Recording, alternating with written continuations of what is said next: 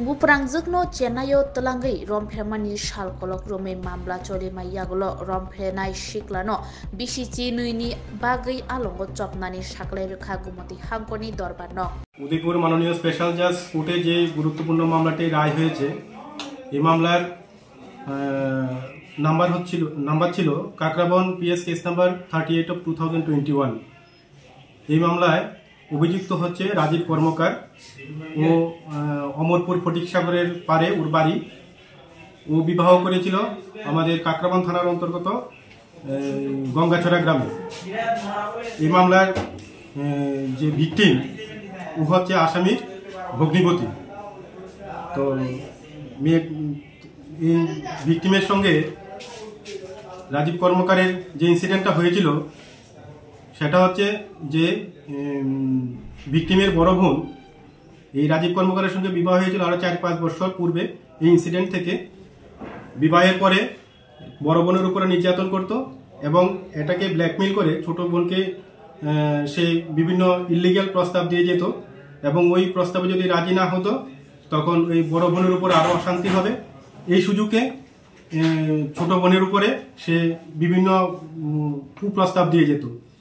এভাবে সে planning wise গত 3/6/2021 সে তার বড় বোনকে ভিকটিমের বড় বোনকে আসামি তার নিজের আত্মীয় বাড়িতে আগরতলাতে পাঠিয়ে ছোট বোনকে পরের দিন 3/6/2021 যখন মাস্টার বাড়িতে সে যাচ্ছিল তখন একটা মারুতি গাড়িতে করে সে আগরতলা নিয়ে গিয়েছিল। পরবর্তী সময়ে সেখান থেকে এয়ারপোর্ট হয়ে চেন্নাইতে সে নিয়ে গিয়েছিল।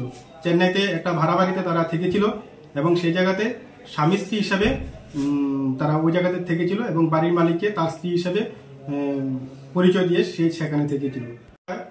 ভিকটিমের উপরে রাজীব কর্মকার বহুবার শারীরিক নির্যাতন এবং তার উপরে জোরপূর্বক ধর্ষণ করে গেছে। যখন ভিকটিম যথাসময়ে প্রাইভেট টিউটর থেকে বাড়িতে আসছিল না তখন ভিকটিমের বাবা মামলা করেছিল কাকরাবন থানায় এবং কাকরাবন থানা মামলা হাতে নিয়ে এবং তাদের সঙ্গে যোগাযোগ করার চেষ্টা করেছিল। পরবর্তী সময়ে থানার মাধ্যমে ভিকটিম এবং আসামিকে আগরতলা এয়ারপোর্ট থেকে তারা অ্যারেস্ট করেছিল। এই অ্যারেস্ট করার পরে এই মামলায় তদন্তকারী অফিসার ছিলেন মাধবী দেববর্মা। উনি মামলা তদন্ত করেছিলেন। মোট 16 জনের সাক্ষ্যবাক্য এই আদালতে গ্রহণ করা হয়েছে। সমস্ত সাক্ষ্যবাক্যের বয়ান শেষে দীর্ঘ শুনানির পরে আজকে আদালত আসামি রাজীব কর্মকারকে দোষী সাব্যস্ত করে বিভিন্ন ধারায় তার এগেনস্টে পানিশমেন্ট ঘোষণা করেছে।